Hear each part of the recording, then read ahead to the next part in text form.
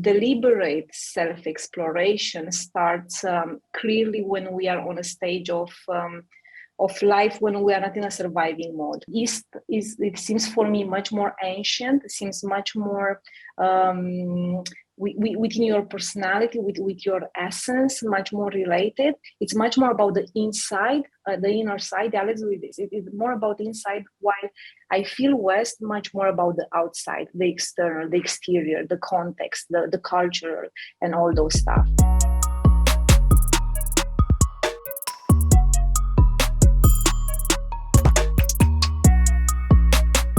So welcome everyone, and let me introduce my guest for today's podcast. Her name is Monica, and Monica has worn so many hats over the years, from being a salesperson to hosting a local radio show for years, from blogging to project management, from creating workshops and training to management teams, to creating content and defining strategies. She's currently working as a head of brand awareness and community at Monese, while coaching people in her free time. Also, she's a lifelong learner and likes to challenge herself every day to become better and work smarter. Welcome, Monica.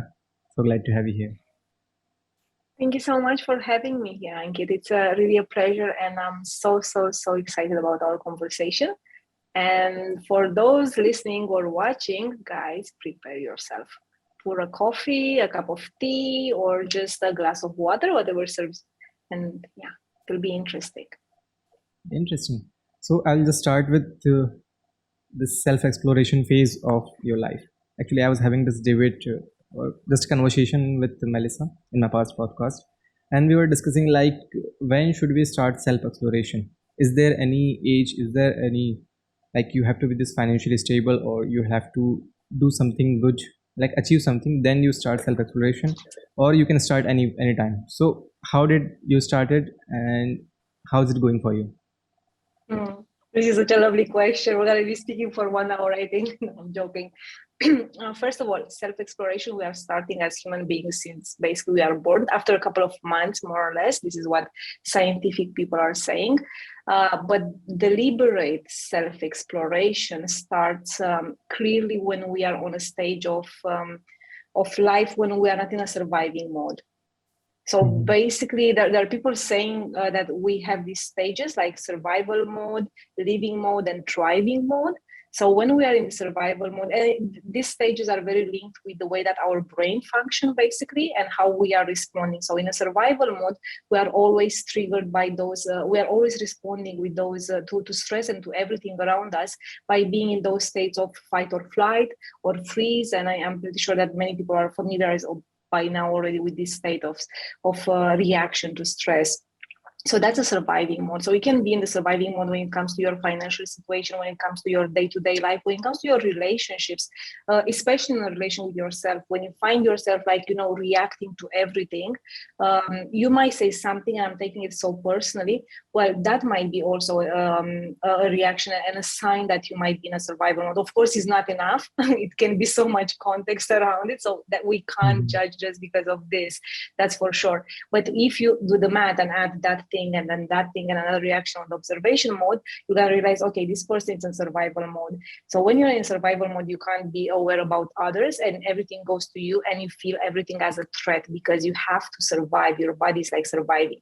When you are in living, you are starting to enjoy a bit more of life. So you might have a better financial situation, looking on things that are interesting you. So you are not surviving. You feel safe. We could also use this. When you feel we are in this stage, it's way easier, or it's more tempting, or you go naturally to explore yourself because you start to understand, you want to learn more about you. Usually people who like to learn, who like personal development in a way to develop themselves, to become better, they are in this transitioning phase from surviving to living, or from living to thriving, right? They're in transition. It's not only in one stage. So yeah, I would say, to summarize your question in one sentence, no, there is no age for this, but it is a lot of context. And we cannot learn something or to explore ourselves if we don't know that that's available for us. And that might take us to, home education, how the culture where we are living, what influences our culture can be so many things, from once again like the peers, family, friends, religion, context, political situation, and so many stuff. Basically, let's take now a situation with, for example, someone in Japan. We're gonna have a different appreciation of self-awareness that someone in some state in the US. And that's mainly because they look differently as cultures at it, right? They're going to be looking much more spiritual, more in a different way that an American person might be looking in a way to succeed, to how to become better and how to make most of it. While someone from the east side of the world going to look like, how can I be more in harmony with myself? Because then I'm going to succeed. So while an American, I'm going to say that Western culture comes and say like, hey, you want to succeed, you have to be in harmony with yourself. So starting from here, the perspective becomes different. And it changes very much the path. It is the same thing, but it's on a different path. And on the path is where we grow, not on the destination. Interesting. And you talked about East versus West. So have you explored the philosophy of East and philosophy of West? And if yes, then have you find any drastic difference between them, or just they are the different path to a same goal?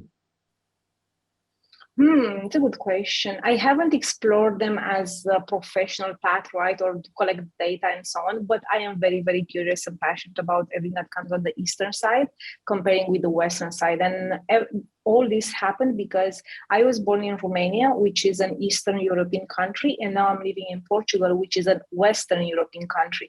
So I had to clash somehow, and adjust in my change and in my period here to adjust with the Western culture, which is not so prominent, but there are still huge differences when it comes to approach. So then I expanded, I went out of Europe and I was just looking at these kind of things.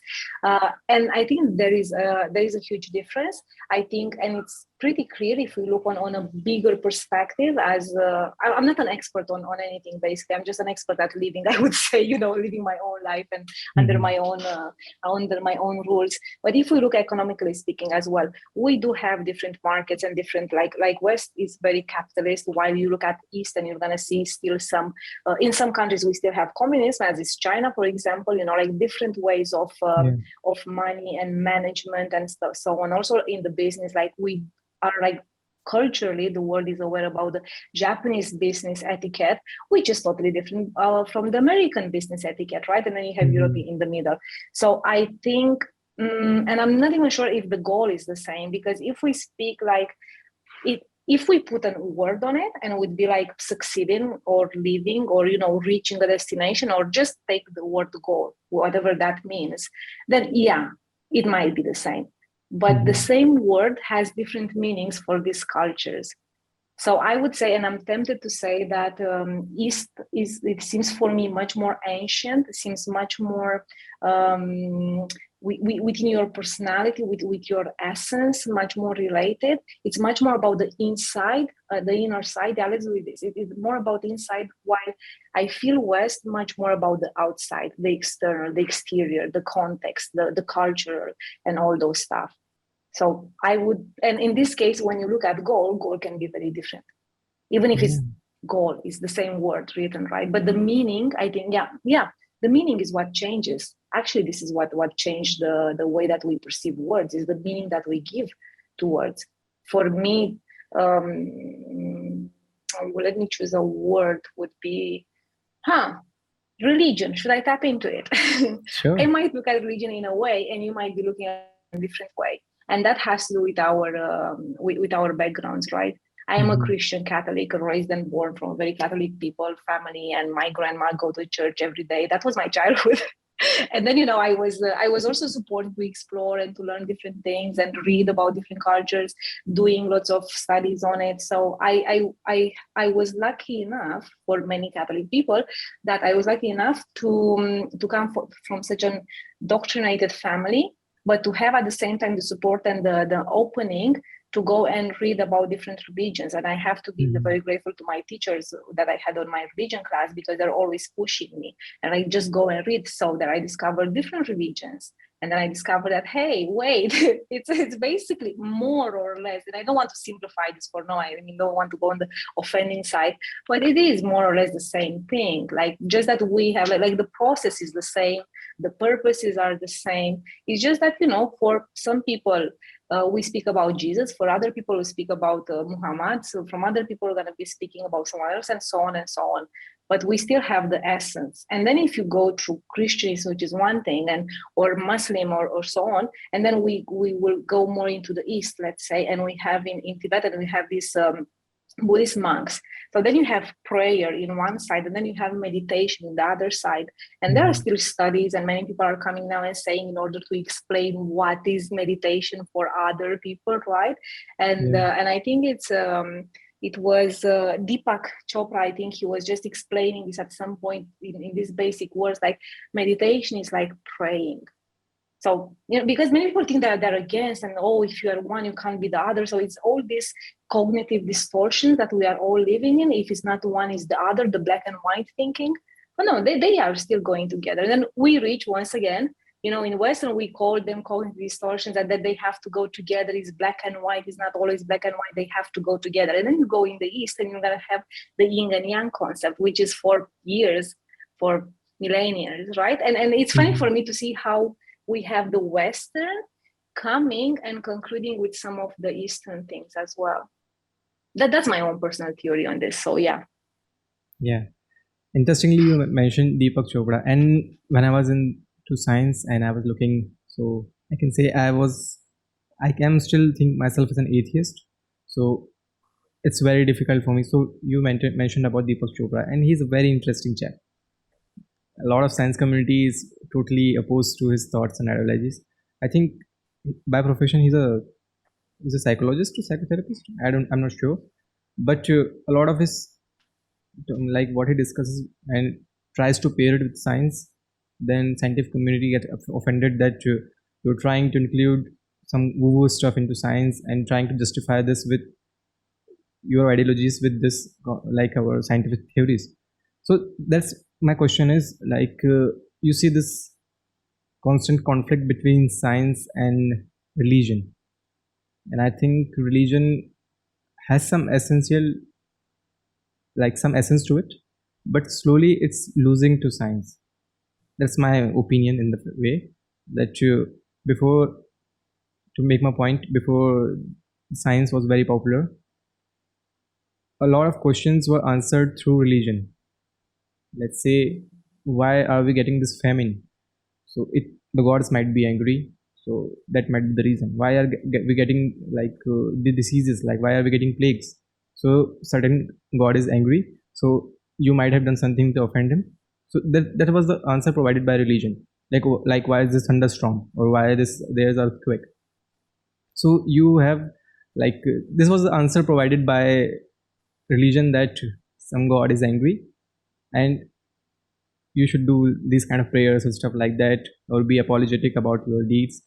So this was answered by religion. Then science comes and explains like why these famines are happening, then germ theory and stuff like that. So clearly the religion backs out from certain stuff because there's empirical evidence. You can clearly see that what science is saying is true, whatever the true we may say.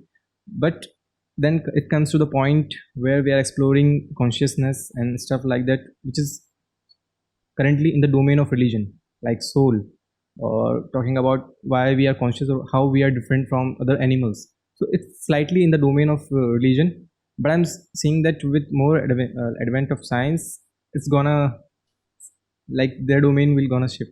Like most of the people call God as the god of the gaps. So where there's gaps between science and what's unknown, the religion will come there to fill it. So have you noticed this interesting clash between religion and science? And what's your thought on this? Oh yeah. Oh, I did like many years ago. So I was like 15, 16. We used to have this Olympics for religion. And in this case, you're supposed to do essays. So it was a contest of essays, basically. And I won one because my topic, it was science versus religion, of course. And I was like, curious, like a kid, 15 years old, what do you want from me? And I was studying computer science in high school, so take that. And I was just reading lots of books, and then that was my conclusion.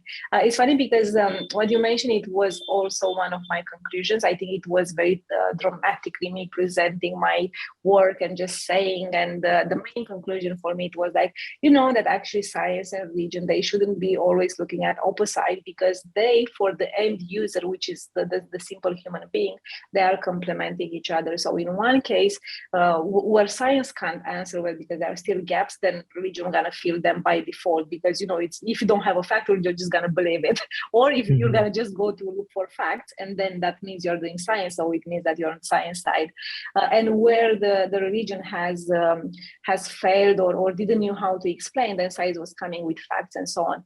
I think that they're very different, and I think this is a topic that it's debated by years, centuries already, and we will not end it here for sure. And I think we're gonna keep going. But it's a really lovely one to look at it and to debate it for the sake of debating, for example. Because one tackles belief and the other one tackles the facts, right? So when we speak about mind and conscience and soul and these kind of things, we need both. We need facts in order to believe it, because of how some of us are built, and it's not enough just to hear it. And we do see this because with technology coming, and actually, how can I put this? What would be much more interest for you and for everyone who's gonna see and listen to this? Just ask yourself this: what will be much more interest for you, to actually drink the water and experience it and seeing it, or me telling you drinking water it will gonna refresh you? Interesting. Because that would be like, religion comes and say like, hey, drink water because it will refresh you. And then science comes and says like, hey, test this, drink water and you will feel refreshed. And then I see like, oh yeah, that's true. You had the fact, you lived it, you experienced it. While with religion is pretty heavy to do, or pretty hard actually to reach out to this, right? You either, if you might be chosen by God or chosen by your God, whatever the God it is, being like very person who's gonna shine or whatever things are coming. We never know. That might be true or not. We can't contest this. We cannot prove that it's not like that. So when you cannot prove it, there is one way. You're gonna accept it. I mean, you take it or leave it. While science is going to focus like, I'm going to just take this hypothesis and I'm going to find ways and look at it and collect data and see how this applies. I'm going to run tests. I'm going to run the classical testing. Let's see how it goes, how it performs. It's very popular in marketing nowadays, right? Always testing. You never take it for granted. While religion, you don't have this. You just go with the flow. You believe it. You might feel it. It has very much with Bible always says, or it starts at the beginning, it was the word. If you're going to look on different religions, you're going to have the more or less similar ideas going back to the roots. Words are shaping our thoughts. It goes to our mind, right? The way, once again, you own your own narrative, the story you tell yourself. How do you tell your stories? Using words. What kind of words? Those words are the ones that are going to shape the way you feel and changing your chemistry at the same time. And it has so much implication. You see, like just going through science, you can't run away of it. But if you don't believe, you're not going to take that word in consideration, and you might believe, but take other words in consideration. You were mentioning at some point that, all about this consciousness. And here it's a really, really smart guy that I recommend to everyone. It's on neuroscience. It's called Antonio Damasio. I think he's like Portuguese, Brazilian. He's very popular in US as well. He has a new book that he launched last year, Thinking and Feeling, something like this. He tackles the consciousness. He tackles the way that brain works and so on. It's a really, really lovely recommendation. He has plenty of videos as well there. Very scientific. Actually, this book came as as a request from his editor to make something simple and shorter for people to read and to understand. And he talks that like the feelings he's looking like, and makes the difference in between feelings and states. Like you have these states of thirst, of feeling hungry, and those are once again classical and representative for the survival mode as well, and then they're saying that they're gonna impact your behavior. When you feel hungry, you're gonna behave in a certain way. And then you have emotions, which are different things than feelings, the way that he defines it. It's a really, really interesting book.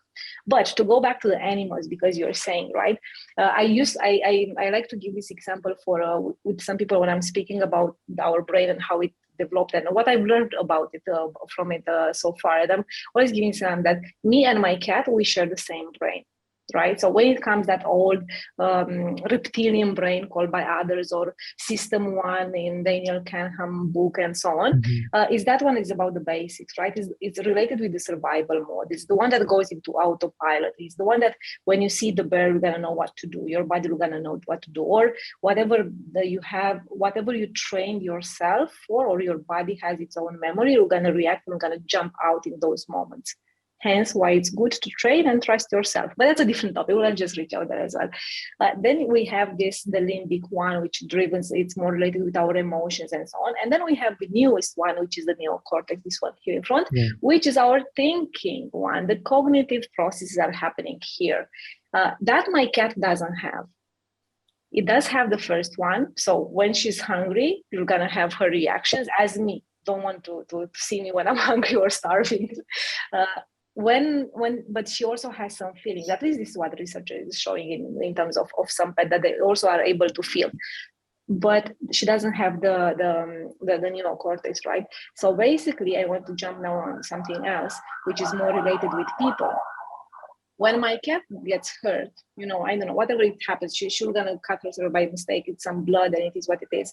She's gonna feel it, then it's gonna pass, because it's biologically, organically, we regenerate ourselves, right? Slower, not enough to live forever, but we do have that property in our body. We do have that, or our body has this intelligence. We don't know how to harness it yet. And then that's the thing. If that happens to me, and she's not gonna feel the pain, she's just gonna feel the pain of the incision or whatever happens in that moment. It's a pain, it's a physical pain, right? But then me as a human, I'm gonna see it and I'm gonna associate it with whatever it is on my mind, on my mind map, right? And I'm gonna suffer. It will hurt me. I'm gonna be in pain. Even if this is already, I'm gonna see it, I'm gonna remember it. And that's the suffering, because that's the meaning that I'm adding. And that's only possible because I have this new side of the brain, which was developed, right, in years. I would say it's a natural evolution that comes from apes, and not, I wasn't made by Jesus' face. Some people say that, but I don't believe in this, right? So I don't consider myself an atheist, because I kind of consider myself a religious person. But for me, religion is much more spiritual thing than the religion that many people are used to it. So I avoid saying that I'm a religious person.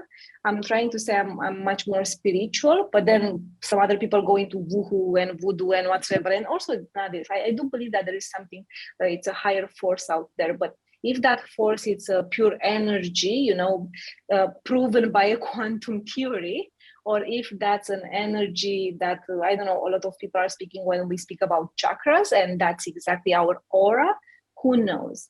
Aura or quantum, at the end, it is an energy out there, right? That might be, for example. So yeah, that's my ongoing with it. Yeah, very interesting. And since you mentioned about cat, actually I was watching this podcast with Joe Rogan's podcast with Robert Sapolsky, and there they discussed something really interesting about cats. So cats carry a parasite in their body called Toxoplasma. So this parasite has developed such. You know about that? No, I don't. So it's very interesting. You will love this. So what does parasite do? That they only reproduce in the guts of cats. So that's their breeding environment, and but they get passed on through the feces of cat. So the rodent consumes it, and now this parasite is in the body of another host. So it's a rodent, right? You can say, and that parasite somehow changes the psychochemistry of that rodent, that he is somehow now attracted toward cats. So whenever cat pisses or cat piss is, if the rat is healthy and he is subjected to like the cat piss, he will automatically run away from it. So it's encoded in his genes to run away from the cat piss because it is his natural predator. But in the case when it is infected by this parasite Toxoplasma, so it somehow changes its brain chemistry such that it finds that cat piss sexually attractive. So that rodent no longer has the fear of cats, and that's the way of parasite to somehow change the biochemistry of the rodent to go once again into the guts of cat. So the cat will eat it, and that parasite will go back into guts of cat, which is his like its natural breeding environment. And since we have very similar biology to the rodents, they did the experiment. The Robert Sapolsky's lab is working on this. And they tried with different animals, like with the wolf piss and different animals piss, but they found that only cat's piss is working with this rodent. So it's not like that that parasite is somehow changing their fear hormones. It is only making them attracted toward cats, which is the rodent that parasites breeding ground. So since we have very similar biology or characteristic brain structure to that rodent, there's this research that Toxoplasma works on human as well, and somehow we are like the cat owners are somehow attracted toward cats. If they get infected, then they are attracted toward cats in such a way. And this research was done with bigger cats also, like with the panthers and chimps, and it has the same effect. If the chimps are infected by Toxoplasma, they will no longer have fears of the panther and big cats. So that was a really interesting study for me, and I this is only one parasite which they have researched on, and I'm pretty much sure there are thousands, millions of parasites like this. And somehow a simple parasite has over years evolved to affect certain areas of your brain, like just to continue its I can say survive, just to maintain its survival. It can affect a parasite in its host in such a way that it will completely change its brain chemistry. So I'm wondering that there's a talk about free will and how our brain is affected by, like, if we have a free will. So if only a single parasite like this can change your brain chemistry and make you do weird things, is there any free will, or do we have, like, it's already deterministic by different factors or random factors from the nature, and we are just riding the chaos? I have such an unpopular answer to this question. But before this, thank you so much for sharing this with the cats. I didn't know that. I'm just going to go and test them to make sure, see if this is why I'm attracted to them or not. Although they're in-house cats, so I think it might be difficult to get it. But we never know. We never know. I'm going to also listen to that episode of Joe Rogan and Sapolsky. Clearly, it must be very, very interesting. Yeah. Going back to the free will, I personally, and I once again, for everyone, I'm no authority here, is just my basic human being living my life and exploring and reading a lot. I think, and don't hit with tomatoes. Actually, if you do, it's your screen, so just go ahead. I think we do not have free will. I think the free will, it's so impacted and it's such an utopic thing. In today's context, when we know so much about biology, when we know so much how what we eat impacts us, how our thoughts change, thoughts are creating our emotions, and our emotions are changing the way that we feel, which sends another information to the brain and so on. In a world in which we have epigenetics, that exactly this is what they believe, like the environment changes what we have, what we are. I find it really, really hard to believe, to blindly believe that we do have free will. We have freedom of choice, which is a different thing.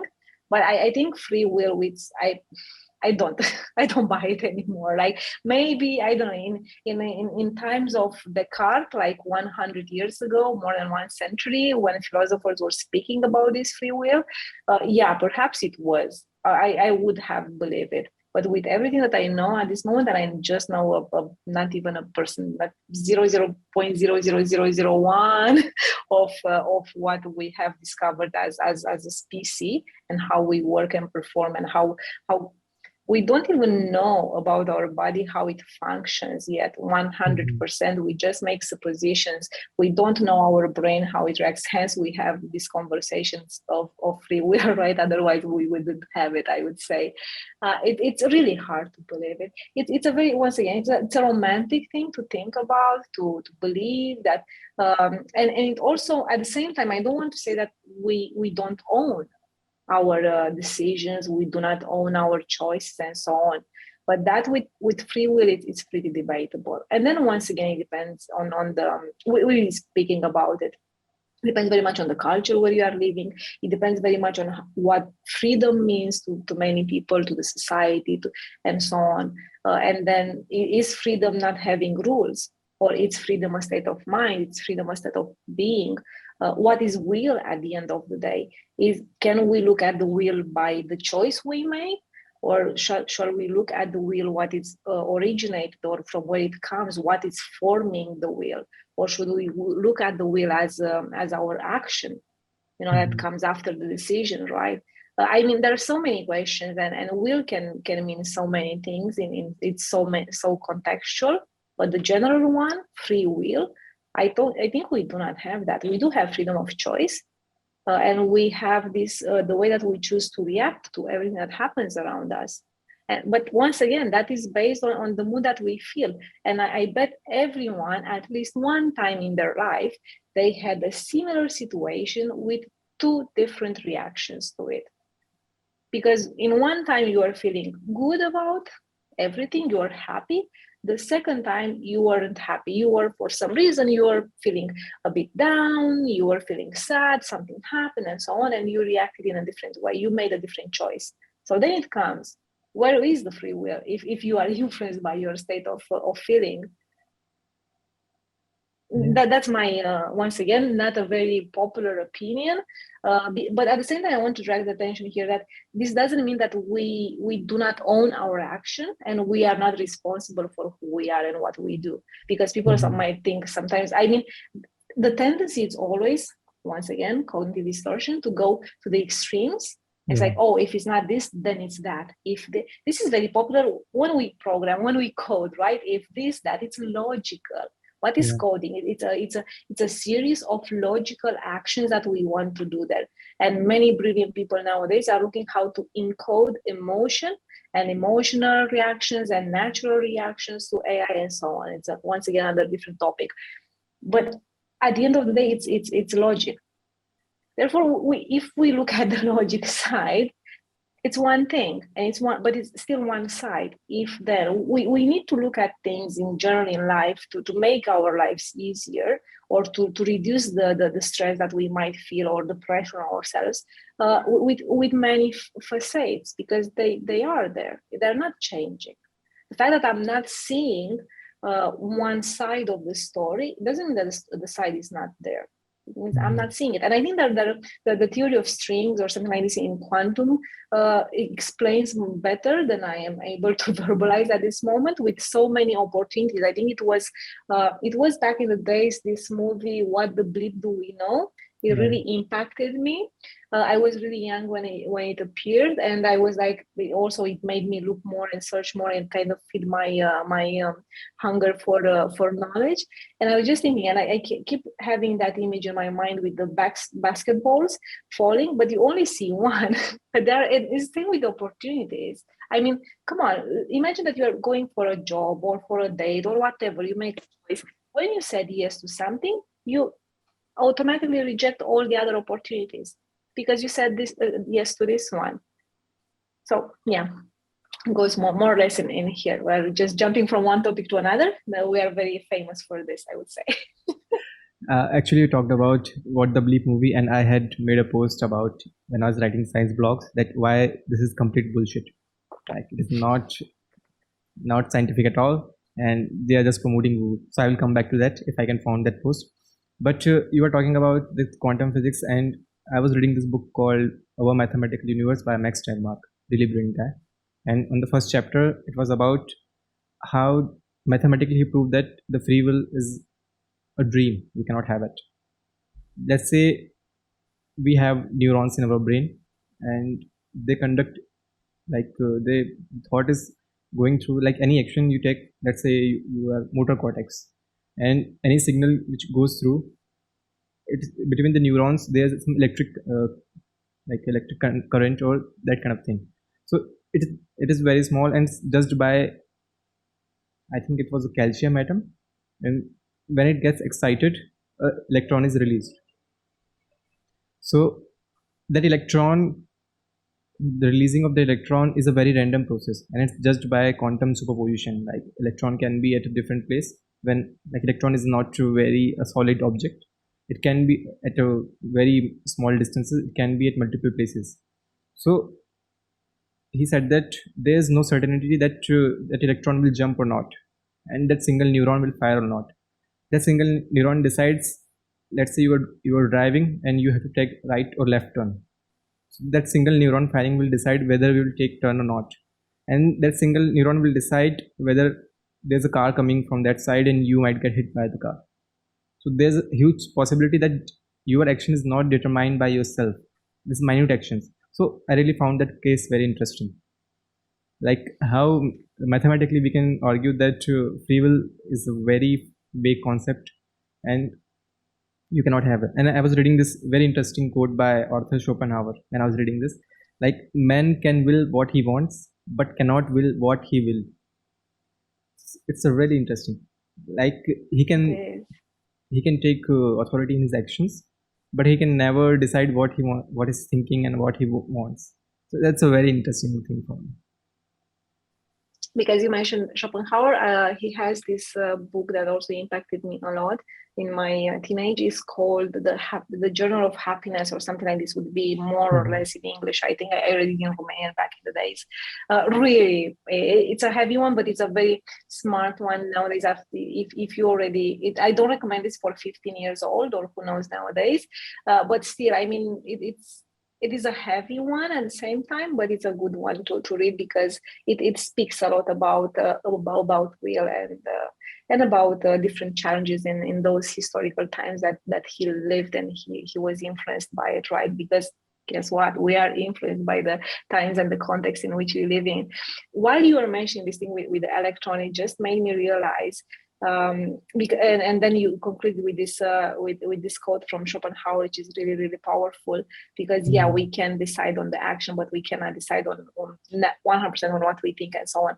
I do think we can look at some stuff that on what we are thinking. I think we can change some things, and that's much more, it's a theory of mine which is very much related with this separation of the brain and how it works, right? And if we go back to it, we have this the survival mode in which we're going to react to survive, because our body and our brain has one mission, to keep yourself in life as longer as possible. Hence why it's hard to make radical changes in your life, because they require a lot of will. And inside, you look at the machine and you're going to have different teams, and then the team who wants to make the change can say, oh, let's do this, and then it comes the maintenance team. It's like, oh no, this is wasting too much energy and we need to survive longer. So if I'm going to put this energy, I'm going to have a life expectation of 45 years instead of 75 years. No, we're going to say no to you.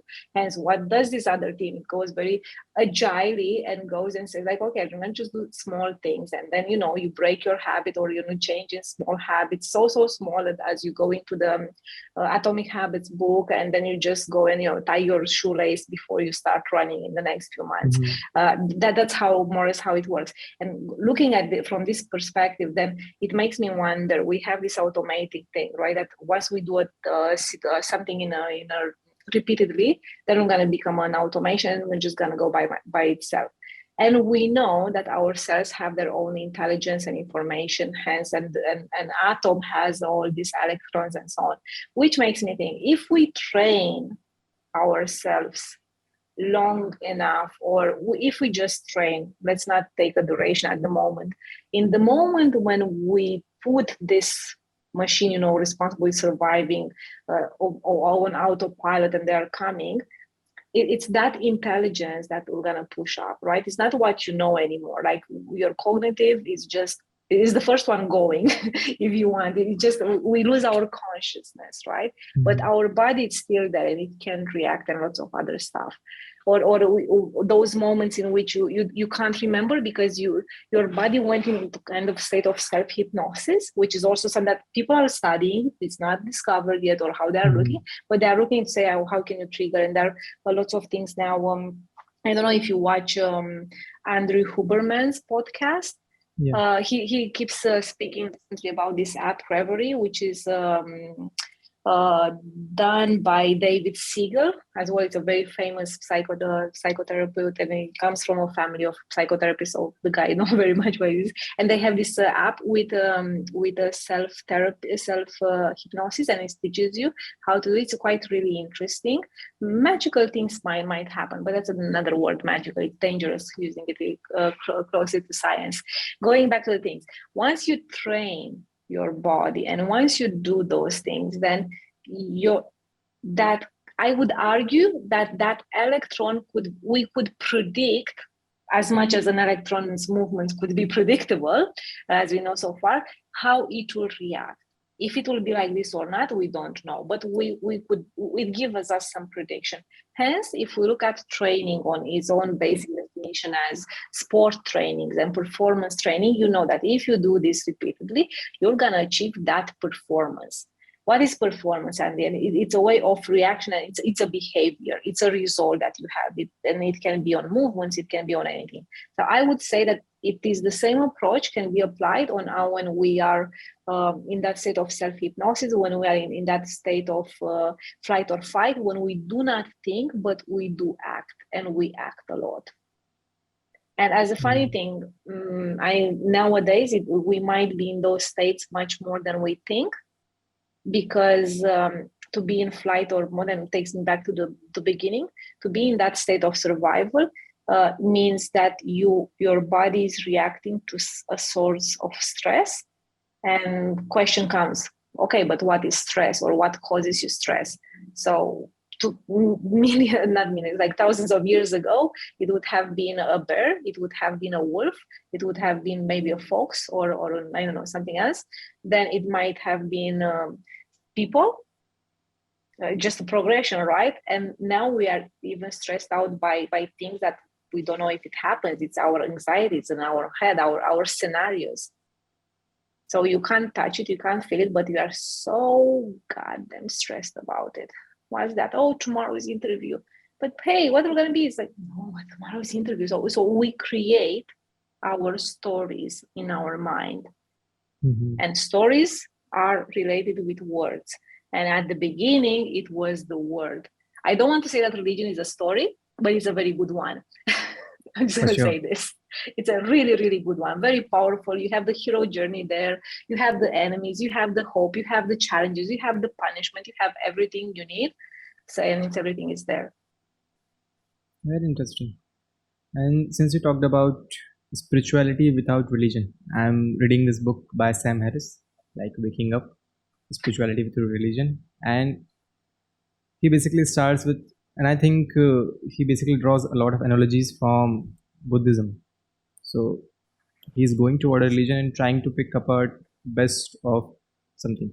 So I'm thinking about this, and I was listening to, I was going through this debates of Christopher Hitchens, and very interesting guy, late Christopher Hitchens, very interesting guy. And he talks about that morality is innate into human beings. We do not need religion to teach us morality. But I find that very difficult to digest. Like, how can science or simple human in its natural state learn about morality? Is this something which we have evolved to, like with society, with the, like even the functioning of a society, it has some rules to it. So where do you think these rules evolved from? Were these biological necessity to fit into bigger groups, or there was some kind of, let's say, divine intervention or third party intervention, which they call, I think, if you heard about this theory called the stoned ape theory. So there's a psychedelics involved. So there's a interesting theory that when humans were migrating from Africa to the savannas, and there they noticed mushrooms in the cow dungs, and they found it and they ate it, and the mushrooms were psilocybins, like that kind of stuff, psychedelic stuff, and that somehow pushed humans from chimps. So that kind of made a transition from development of prefrontal cortex. A lot of biologists attribute this transition to cooking foods, like when we started cooking, like discovery of fire, and when we started cooking meat. So that helped in development of brain. But there's an alternative theory that the psilocybins or the magic mushrooms were the main cause of that change in biology of brain. So it comes down to was there like the evolution was a mechanism, biological mechanism going on from thousands, hundred thousands of years, millions of years before the human, and there was a sudden shift into the cognition, like biology became self-conscious. So have you given this thought, like could there be a third party intervention, or it was just a natural progression of biology, and we are being just self-centered, trying to find meaning in this process of evolution? It's a very complex question. Of course, but that's what we love, having these conversations, right? I would just, let me just say it. First of all, I do think that cognitive development came as a natural cause, I as a normal one. But going back to your parasite example, how it can change some behaviors and hence evolution and so on. I mean, parasite, right? We don't see it, it's so small. I wouldn't be surprised that also the mushroom theory to be there as well. I mean, we do have the fire one, and we know that eating meat changed a lot of our digestive system, had to adapt and so on. Why would that not be possible? I think it's really hard to gather all the evidence, but I do think that because once again, it's not like we're speaking about something synthetic here. It's not like we're speaking about chemicals that we created in order to treat symptoms. We're speaking about things that we find in nature, and we weren't having as a species so much knowledge. The world was wide, it's still wider, right? Many of us, billions of people, still don't manage to get out of their hometown, perhaps, for a longer period of time, or perhaps for their whole lives. So imagine this: you go into a different country and you have to adjust your body to the food that you have there, if it's a different, like a huge difference and stuff like this. And that changes a lot as well. We might say like, oh, you look different now. Yeah, because perhaps that from what I eat, it impacts my skin and so on and so forth.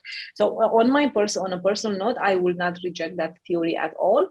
I think it has some fundaments in it, in the same way in the same way that it might have a fundament to say, like, we've been shaped by someone else's face, and we all look alike, but then you see that in different paintings he looks different, but we all also look different. So who knows at the end of the day.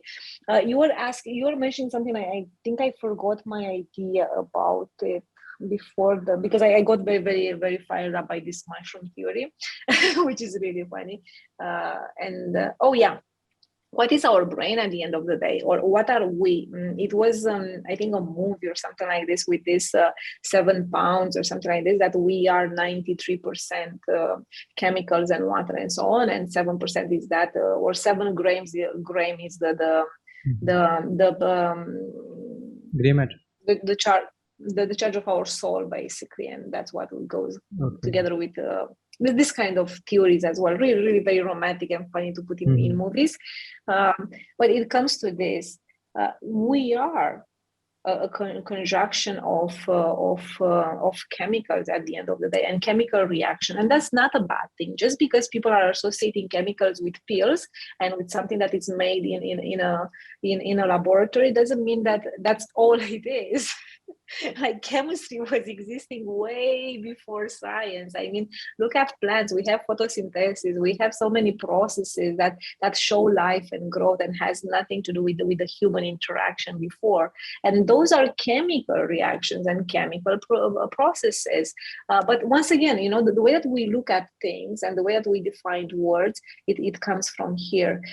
And that was with what I want to say with the chemical stuff, because we are, and of course anything that comes into our reaction, we're gonna react, attract, or we're gonna have these chemical reactions. Going back to the moral part of it, you have a bunch of psychologists which are in this field of human development, and I was studying them during my master's. Because I, although I work as a marketer person, I have a master's in human resources and education management. So we did have to learn about this human development for 1 year almost. And there is a guy, I think it's Piaget. He's very famous also in his work with child development theories, psychology theories over there.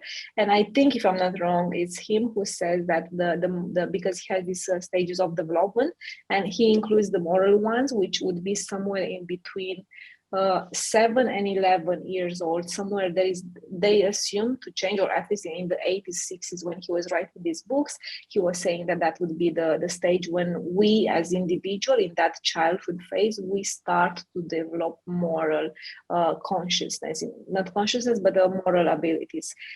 Question comes, and the first question I'm gonna ask, okay, but how we develop that, like through human nature, through the mushrooms we can find, joking aside, through the food that we receive, I mean, to what we put inside us. But what we put inside us, that's the other question, more like, going that discovery phase. How we find it, what we put inside us is just food, because no, we also put water. Let's put it that water is food, and also alcohol and everything. We put thoughts inside ourselves as well. So what we think, it goes here. What we see goes here and transmits information that our brain is so smart, and our system is so unbelievably fast to translate what I see already in words and finding these things. Once again, Damasio speaks about this as a cognition language, which is really interesting concept to look into it when I speak about languages, how we can understand, and saying things, and it's unbelievable. And then we put all the senses, right? When I'm touching, my fingers are going to get some information. So the cells and the skin and everything, it's here responsible. Imagine a crazy team going there and working minions and providing information and going and delivering it so fast that I touched it and I know what it is. I can recognize, especially if I touched it several times, right?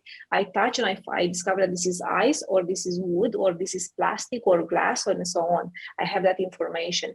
And it's the same with our foot on the ground, right? And then you have other people speaking about the grounding theories that goes much more in the spiritual way, because the electrons the electrons, once again, the cells and the chemical compositions of our body interact with the chemical composition of the soil, and it provides a reaction that sends us a signal. And it can be the electromagnetic field, which is a different other conversation as well, and these things. And then we have the food, right, which goes through our mouth and so on, and how we breathe the air, which also impacts other systems.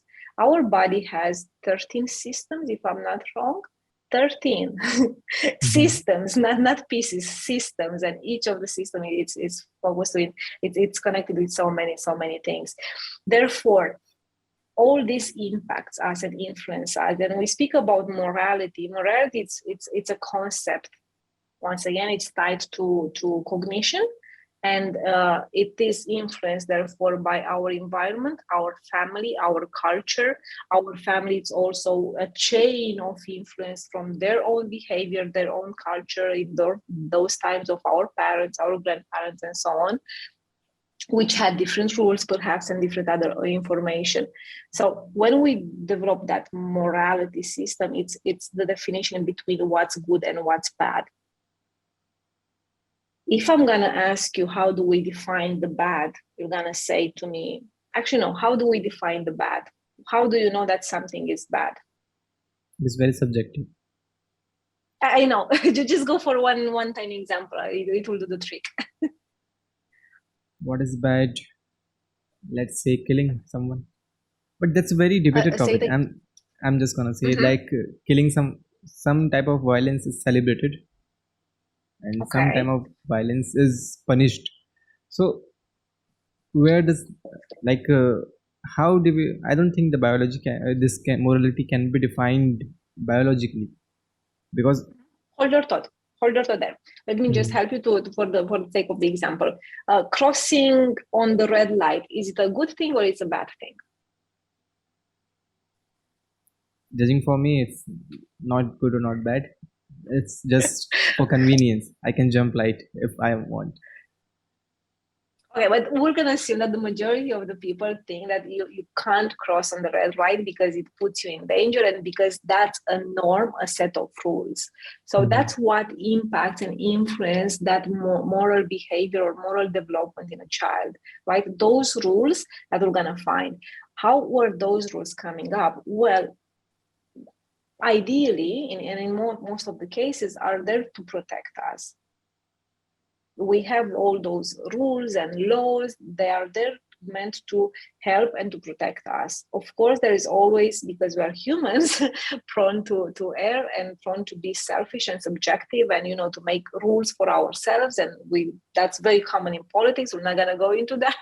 Please, let's not discuss politics. But we do have this kind of thing, right? So we can argue that some laws are beneficial indeed or not, but their sole purpose or the reason why they exist is this: to help us, right?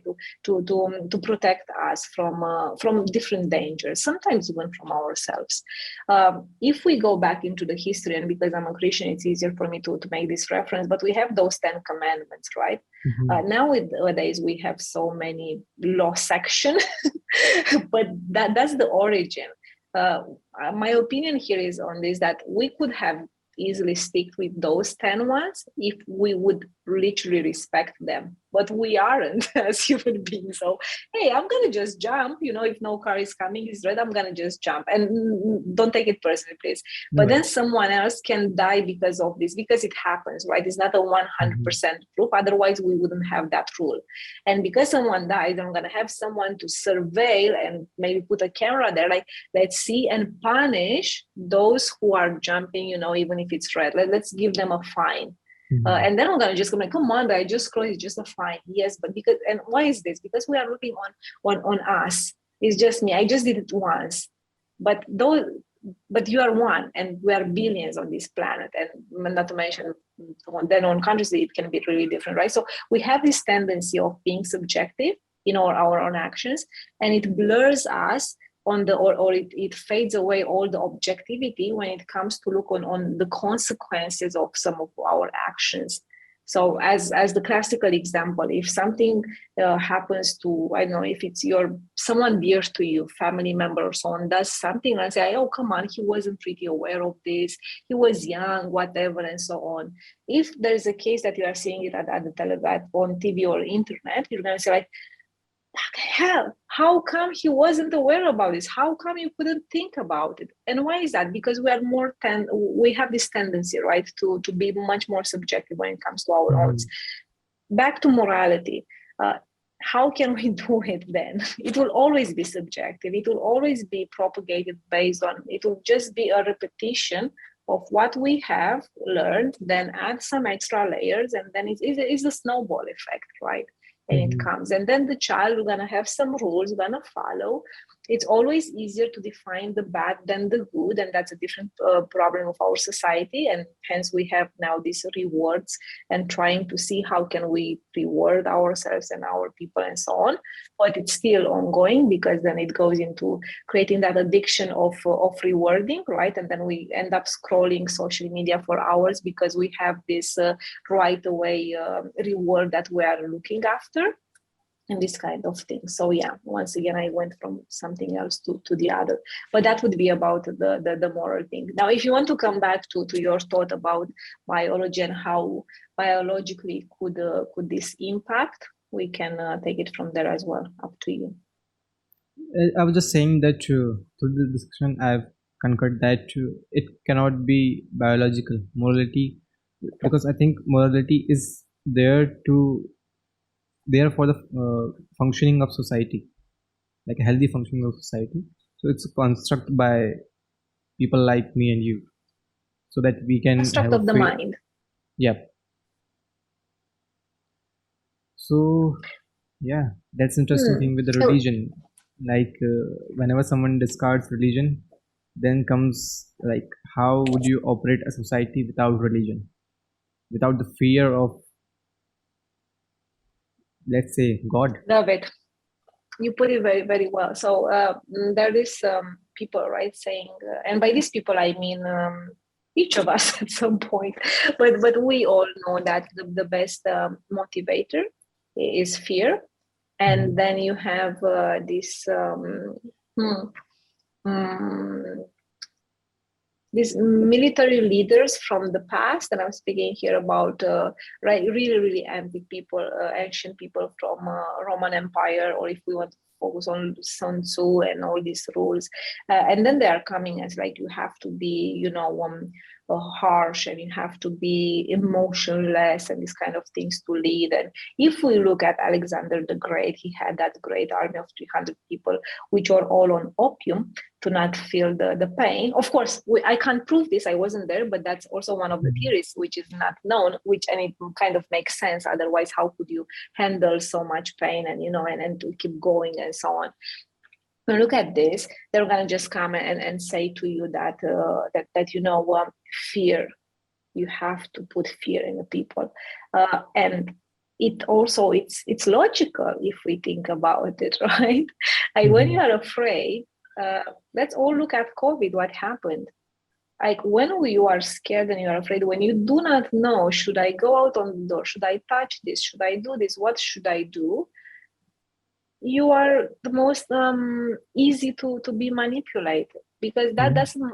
When you feel fear, you enter in a way in that survival mode once again. So your logical thing goes away, your thinking process goes away, and you're just gonna respond and react to what can make you feel safe a bit. Once you feel safe, you are fearless, not fearless, but you don't feel fear anymore. Then you start to use the other systems. It's like in gaming, you reach a level, you unlock some elements, it gives you much more power, your character is much more stronger, it has more skills, then you go to another challenge, and so on and so on. We should look at our mind and body and ourselves in that very good example. Just imagine that you're a character in your game, which is your life, and when you start from zero is because you might have lose a fight, or when you go into that survival mode, it's basically resetting you to zero. So you once again you have to go and unlock those things to be able to navigate through life. As you, I also agree with this. I don't think that morality is, or ethics, it's something that has to do biologically. I call these constructs of mind. I would add religion here as well, if you ask me, because because religion is the pure definition of good or bad. This is, if you look where you have this separated, it starts from there, where it was the origin of it. It's like someone was saying, like, you have these commandments, the rest is good, bad, this is how you do, you get the punishment. Religion introduced the punishment as well into our minds and into our societies. And yeah, and at the end of the day, we are all different. Is it good or bad? I do not have that answer, truth to be told. It is helpful or not? Who knows as well. In some societies, this is what is needed, because this is how Mhm. people were used.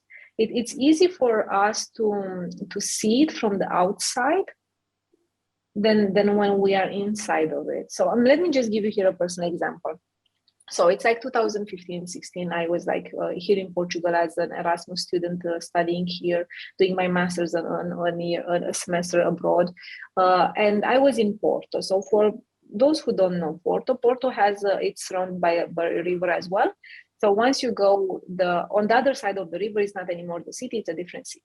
It's called Gaia. So when you go to Gaia and you see the beautiful side, and the most popular photos of Porto are coming from that position. When you are there, you don't see the beauty of the city. When you are on the other side, you are seeing it. which is like outside of Porto. And I had this enlightenment moment, which I'm calling it, because I realized that I was so annoyed with so many things as more or less um, a responsible young person, caring about the country, caring about people, like a lifelong learner, right? Someone who was like making the voice up of and working as a volunteer. I mean, I had that profile of a person, but I think how can I make things better for my community, for my city, for my country, for my people, and so on.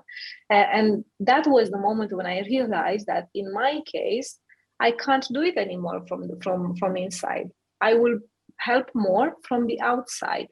And then it's a very long story, and perhaps we can just link it a bit through my personal growth story, because it comes from here. I realized that I would be limited out there. I realized that the friends that I had, the community that I had, they are all gorgeous people, amazing people, but the challenges weren't enough for me to unlock my potential, right? So back to the game metaphor, I need a different challenge, so to be able to unlock different levels of potential.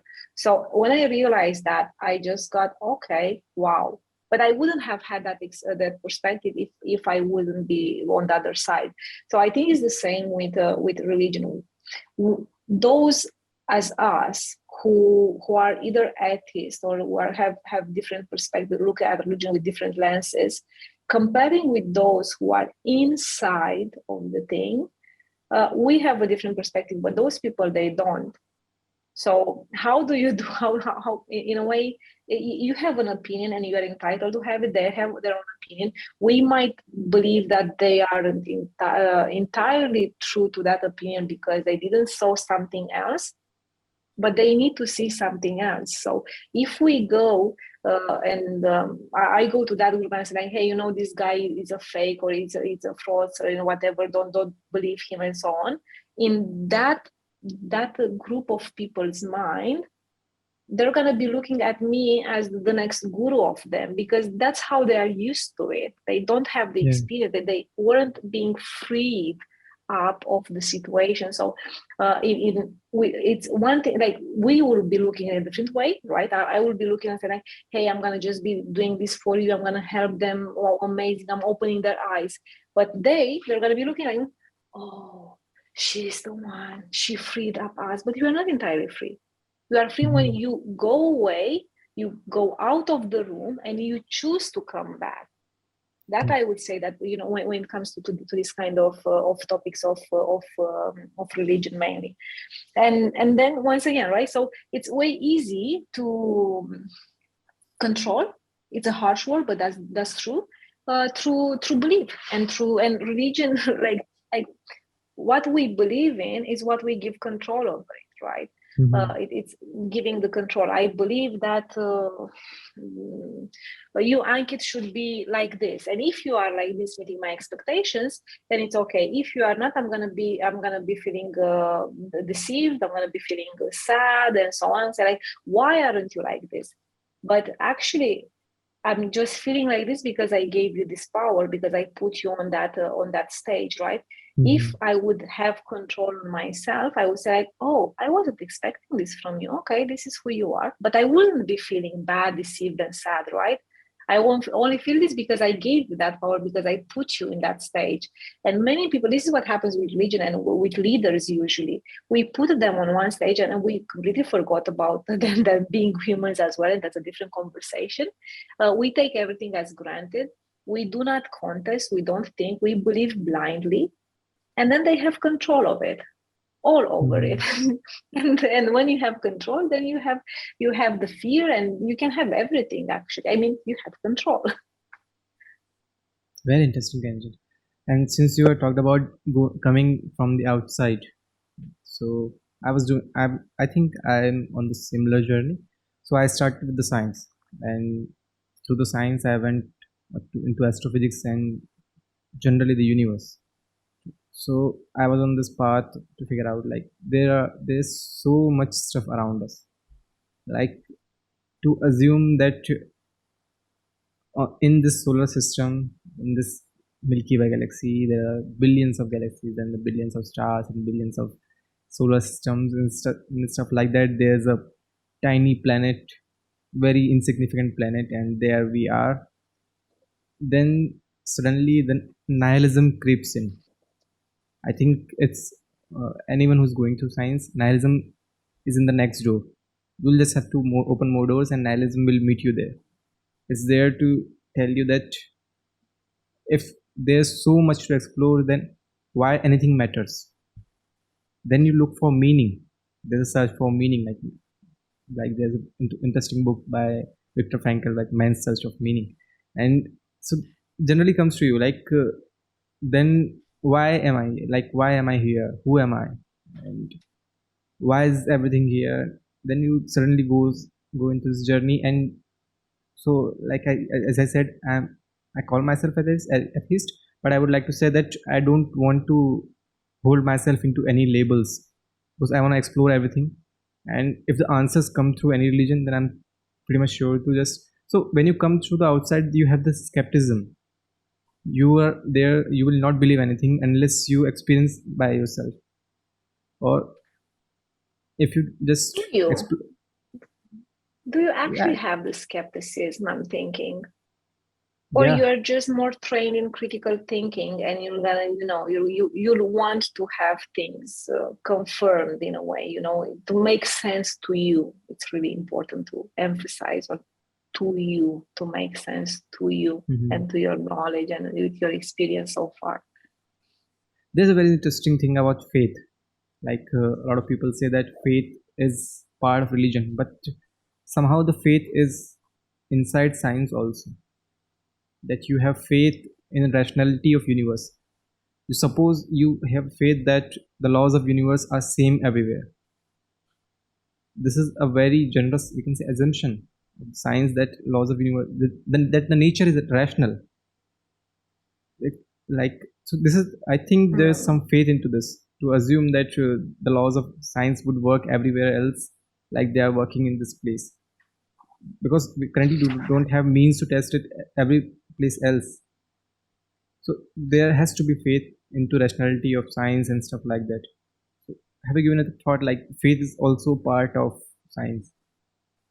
It's not just only in Faith or, religion. or, or faith or believing. Oh, in my point of view, believing or faith, I kind of put them together. Also, Mhm. linguistically, they might have differences, but not for me. And I think it's in everything. Yeah. I think it goes into the same. If you want a Venn diagram, you're gonna have faith, belief, hope, and then different segments. Let's say you are saying that you have faith in the science, and that we're gonna overlap with the religion and so on. So yeah, I think it's in everything, and I think it's necessary in for our mind constructs, because once again, my cat doesn't have faith. My cat will gonna know and just gonna go for it. It has instinct. But once again, the difference in between me and my cat is that this side of my brain, right? So that's why I need hope and faith for this one to proper function and to not fall into that nihilism as well, which is again, it's another mind construct which might be on being overwhelmed about it, because Mhm. um, we are speaking about science and we're speaking about biology, and I think it is it are actually, this is the perfect moment to mention about the environment.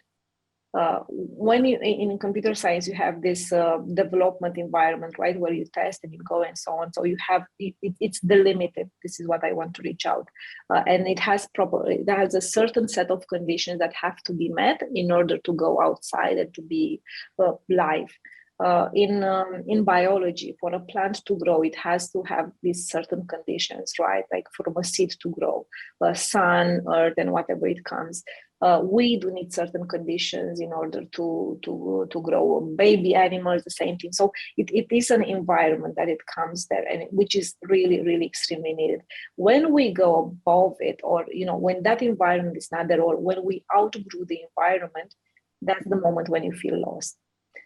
If I will take this example that you took, and you think about the universe, and I've been recently, a couple of weeks ago, to a science museum here around, and we're just seeing exactly this thing about the planets, and I'm so mesmerized about it. It makes me I'm looking at it and I realize we are so insignificant. But the difference between your example and my way of looking at it is just, I'm not looking like what's the point of it and what's the meaning of it. And like, wow, we are definitely must be something else there. Definitely after that belt name that I forgot the name of it, but it's that curve, it's so far away. And then we realize we discover something else and it's like, looks like, might be like our pants on, like, and you think on those things and wow. And then you just, when you look, they're so small and on your street, you look with Google Maps on it, right? And you make jump, you realize your street and your city and it's something. And then imagine this, that you can't conceive it, right, with your mind. It's impossible. But I'm looking like this, what an amazing thing. Yeah. And this takes me to how do we want to reframe this? Because we can look like nothing matters, but then we can read, I want to make the same recommendation, a man searching for meaning of Viktor Frankl. It's another example, right? It's a different context, historical one, but it points to the same thing. You go inside and there's where the meaning, you're gonna find the meaning. But back to this development stage that you need and requirements. It is the same when you outgrew your friends, your community, your family. That might be the hardest one or the easiest one, depends. In some families, you might be expected to be smarter, like the kid to be smarter than the parents. This is what my parents were always saying to me. In some friends communities, it might be tricky because it would have been that, familiarity. And then you realize like, oh, this is not, and what do you do next? And that's also a lonely journey to take it. But it's all about perspective and it's all about how you choose to look at it, because you can choose to look at it like nothing matters, like it's so big, so dark, who knows what's there, and these tiny things. Or you can just look at it like, wow, what an amazing stuff, and how many other things are yet to be discovered, and how this can function. And exactly that's the trick actually to reframe this, is like, just imagine it's so big, and that's what we know so far. 200 years ago, we didn't know that. So we already know this. Who knows what else we're going to know in 200 years? Perhaps Elon will going to move us all on Mars or another different planet in the system. Who knows how many other things we can discover. And all of this is working with or without us, is true, but it's working. So why should I worry about the solar system? No offense for those people who are studying this, because we should worry, but like on a personal level, why should I look so far away in the universe and not look inside me and think on what can I do? Because I already know, okay, I saw it. This is really big. Now focus here on my street. What can I do? And you realize that you don't have to go there and be Greta and making lots of amendments or make your voice heard when it comes to climate change. But just taking care of the garbage on your street might have an impact there. And you can also do it by example. And you do this, and your friends who see this, or your neighbors, they say like, "Oh, Ankit is doing this. What a lovely thing. Why do you do this?" You say, that's the only thing that I can do. So why not? Oh, I'm going to do the same. I like his way of thinking. Or others are going to say like, oh, you're nothing. Your action will mean nothing. Stop bothered with this. Don't bother with this and so on. It doesn't matter. But some of them are going to follow. And that's because you just look into it and you stopped on your street and say, okay, I am here and now. What can I do? And because the here and now, it is an action that will going to change completely your environment. As it might not be obvious, but we go back to the same things. What you touch, what you feel, what you see, what you hear, it goes and it does. It operates inside. It happens. The results might not be so obvious for us, and then you're gonna see in 3 months, 6 months, your friends, your fans. Oh, you look different. What's happening to you? Well, how are you? Or you have different set of friends. Perhaps you have different things, but we don't observe this because we do not stop to look. We do not stop to assess. We do not stop to be aware of them. It takes me to my favorite topic, which is self-awareness. we don't realize it, and that's the basis. You have people such as Tony Robbins and many others as well speaking about this mastery of the self and self-actualization. Actually, I think it is a very common topic in AI at the moment, because by unlocking how the human actualization happens, we could replicate it in artificial intelligence world, right? And to make our lives easier. That's the good direction of all this technology. And you have this pyramid, and at the basis is the self-awareness, because once again, makes sense, if you are not aware of where you are, what you do, who you are, who you want to be, how can you be?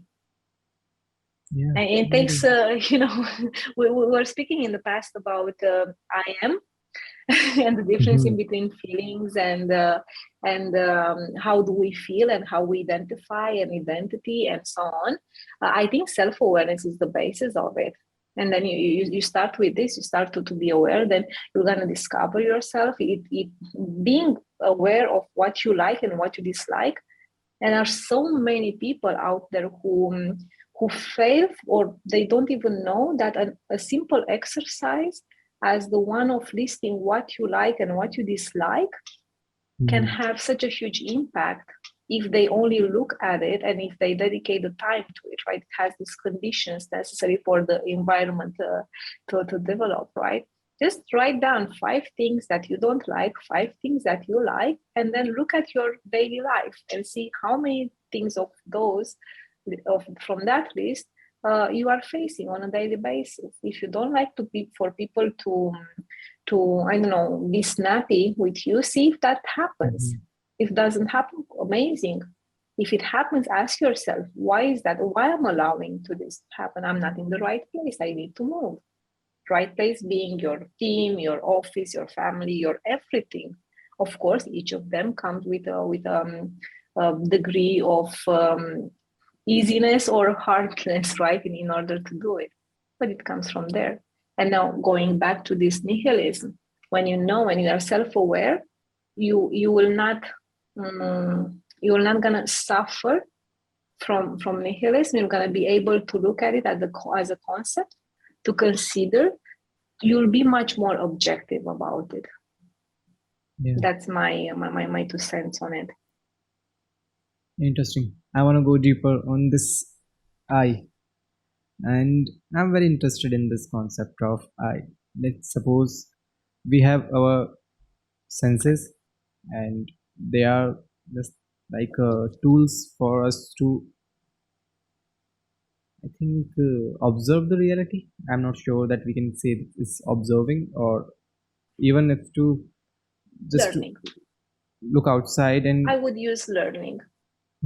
Learn the reality, but it is very biased. Like there's been tons of study on, like, you can clearly disorientate your senses, and it will project a different reality to you. So you can trust your senses.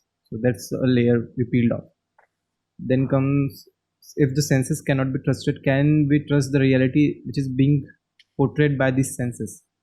So let's peel that layer. And then comes, in the end of this, all this peeling and removing things, then comes, who's the observer? Is it the brain? Is it something more inside the brain, or is it just like a network of different on-off switches generating kind of internet kind of things inside each individual's brain? But even if you are like aware, like, how do you make sure there are other brains, or you are not just a projection or just a creation or a figment of my imagination? How do you make, because these things I don't think can be tested empirically. Like, we cannot say that this is the reality and this is I'm observing. So then it comes down to, there's an observer in the end, and who's this observer? Is it I? Like, should I attribute I to this observer? And then comes since I'm using these words, so there's the language before I. Like, is there a pure I? I'm just going on a tangent here, but is there a pure I without any language, without any wording, without anything? So does the thought exist without language, or I would say no. even I exist without language? Is it possible? But it wouldn't be I. Yeah. Right? I would say as a funny joke, just to make this a funny moment for a second, I would say, oh, of course, God is the end observer, God, the aliens, Mhm. society, the what was it, the Illuminati, and all those Yeah. things. We are Okay, in the now matrix. Yeah. exactly. Now we end up this joke moment. So in some podcasts you have publicity. Now we have this joke moment. Now going back to the serious stuff. Yeah. I simply love this topic and these questions. When I mentioned learning and I was instead of observing, is because it's not the learning that we are used to, like the school learning, right? Is the way that our cells learn about our system and how is this? It's that kind of a learning. So when it comes to about I, and about illusion, the simple answer is that you can't be sure because you are not sure. First, because it's not right. First of all, there is no one single reality. My reality, it might be very similar to yours, but it's mine, and yours, it's yours. Just because we assume it, because it has similarity, doesn't mean we have the same reality.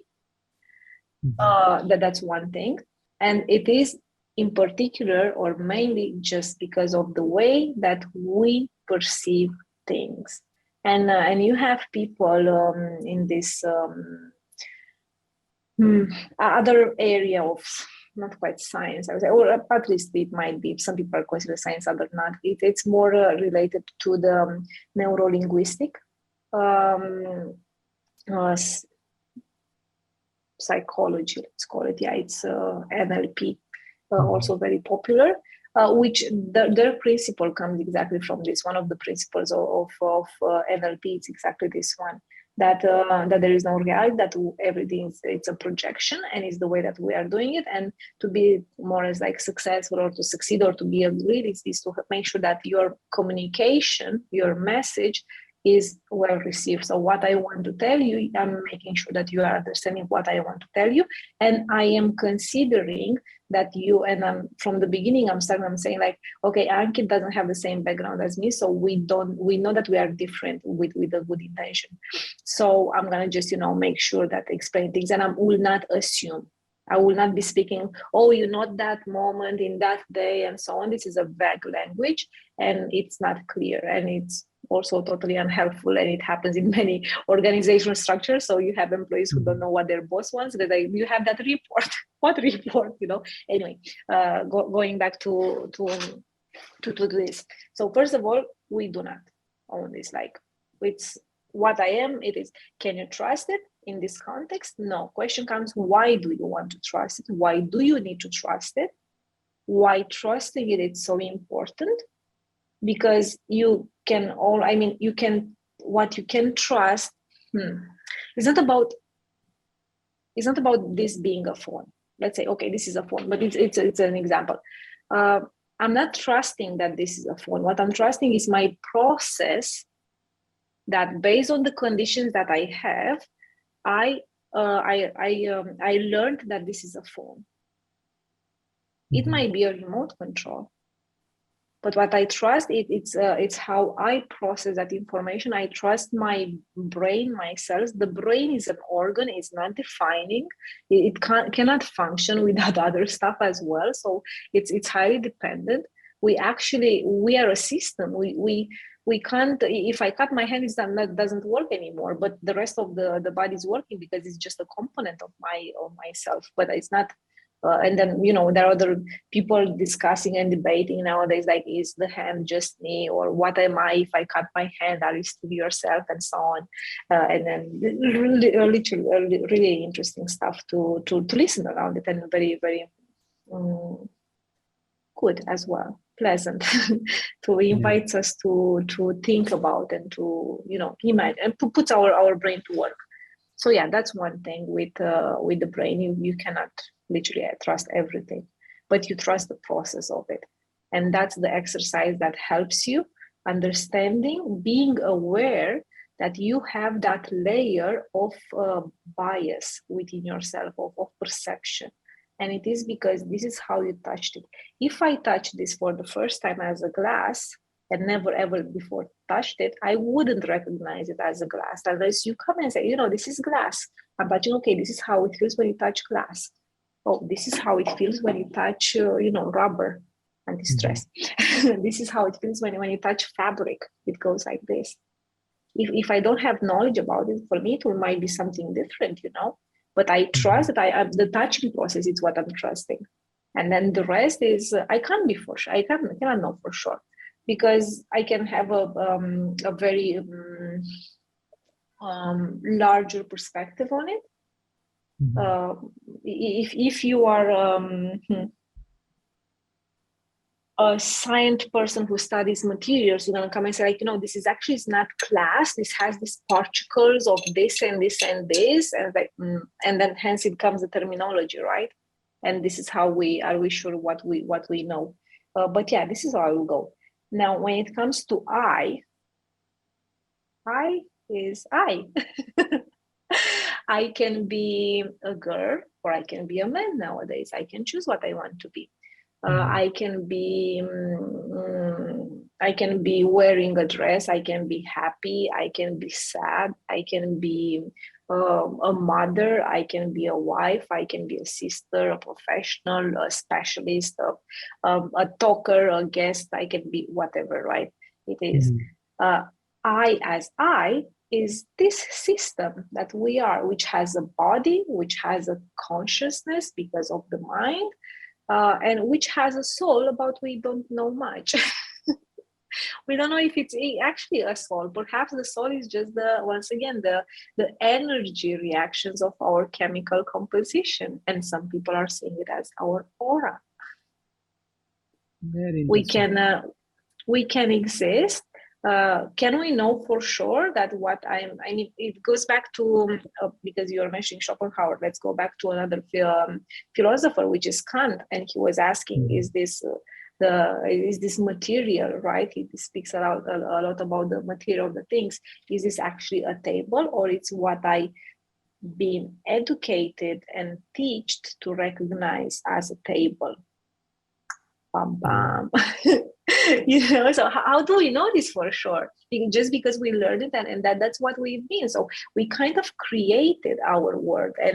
And I think is that movie really, really beautiful with the dreams, Inception plays very much around this idea of creating stuff, or creating these things, creating universes and world. If anyone, I don't know about you, or perhaps some of the people who are going to see this and listen to this, have experienced lucid dreams.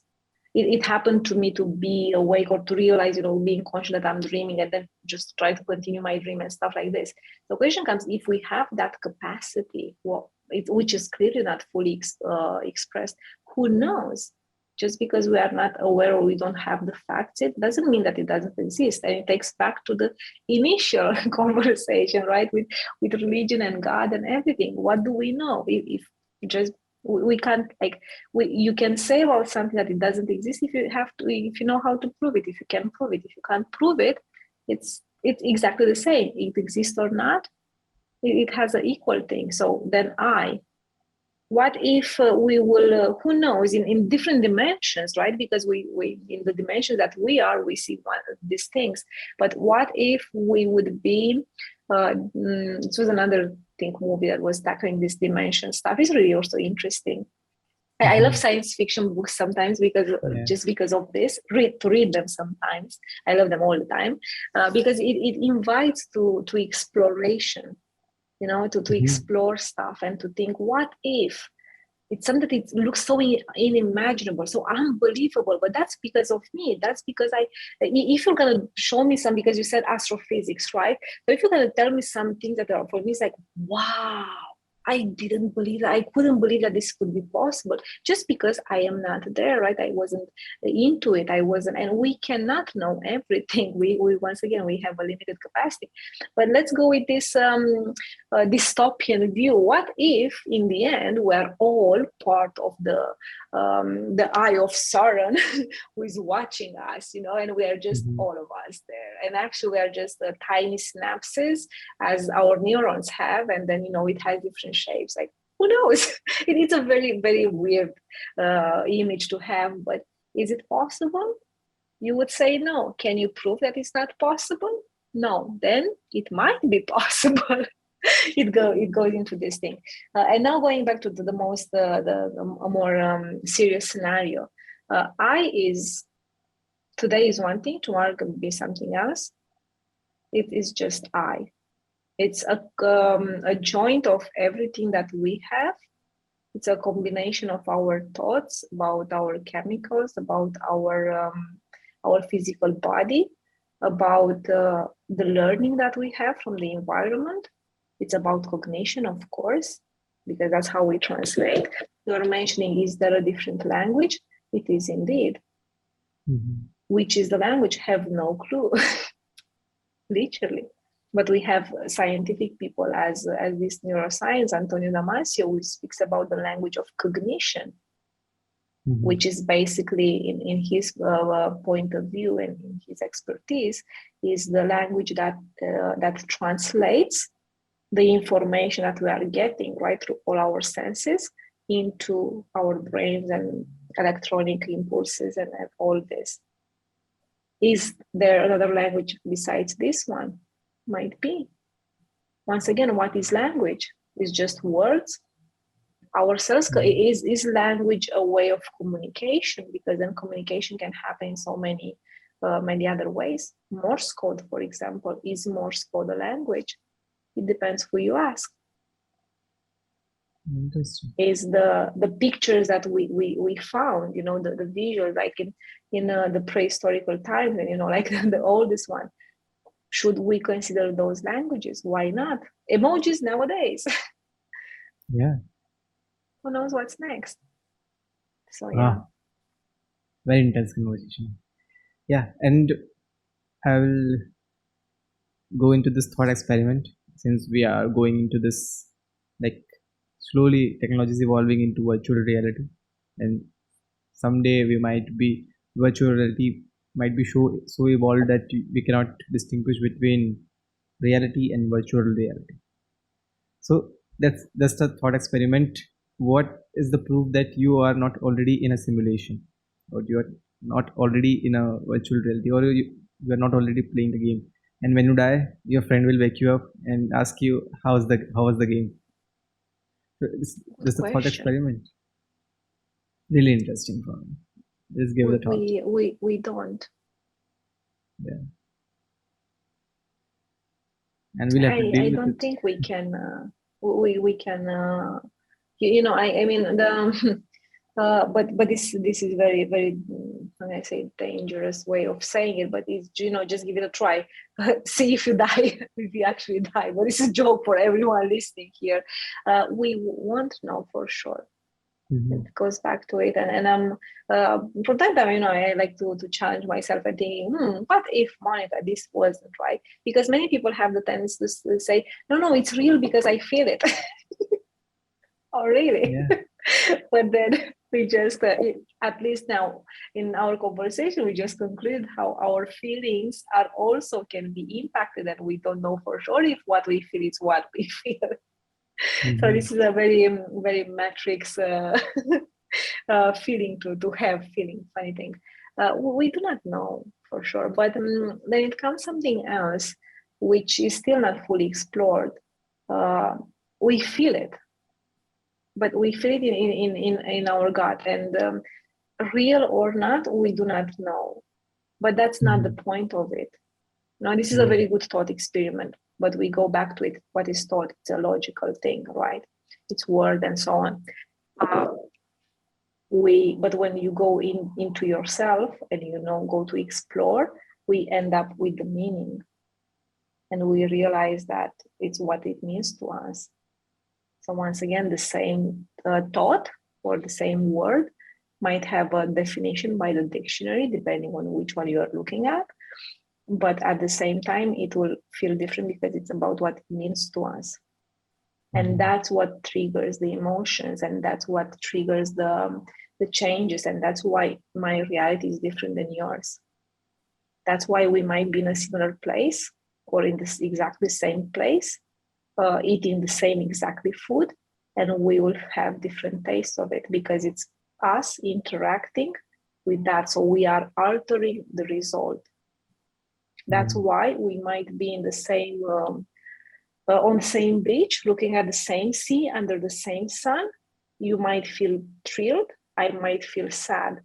Why? Because that experience might mean something else for me. I might have a friend who died drawing, or this kind of stuff. And for you, it might be a pleasant moment that you had with your girlfriend, or this kind of thing. So it brings you beautiful memories, and you are associating it with it. Yeah. We end up like meaning. So I think the how do we know it's not so relevant as what does it mean to us. So perhaps I is defined by meaning. Yeah. So we can say that in the beginning there was a word. I. Yeah. And the word was I. For sure, definitely.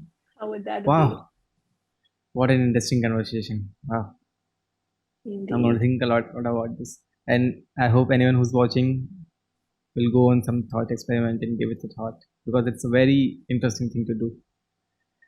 So yeah, Monica, it's been a very interesting conversation. Please let us know where we can find you on social media or on your website, where we can find. Oh, I'm just gonna leave it my Instagram here because it's quite easy. Just search for Meta Monica and the double underscore.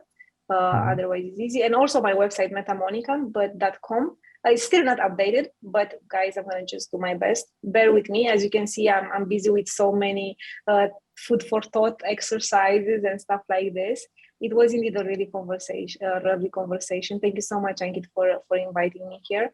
And if may I, for everyone listening and being here until the end, I hope we entertained you, but in a different kind of entertainment. We hope we stimulate your thinking. We didn't want to, give one opinion, say this is good or bad, or is this way or the other way. The purpose of this conversation, from my perspective, and I would believe that the same from Ankit, it was exactly to invite you all to your to befriend with your internal critic, to have to find the courage to ask yourself questions, to go for it, and to dare to debate and to question things, and to try to not be so stubborn. I know it best, because we don't actually. None of us does, and that's okay. That's really important to have this message. It's okay to not be the best. It's okay to not know everything. All that matters is the meaning you give to yourself. Yeah. And let's explore the world. Indeed, let's be aware of everything that happens. But first of all, let's be aware of ourselves. Let's just look into the mirror and have not be afraid of what we see there. To love what we see, to love ourselves, to be curious, to look into our own eyes and think, is this another movie? We're just a joke again.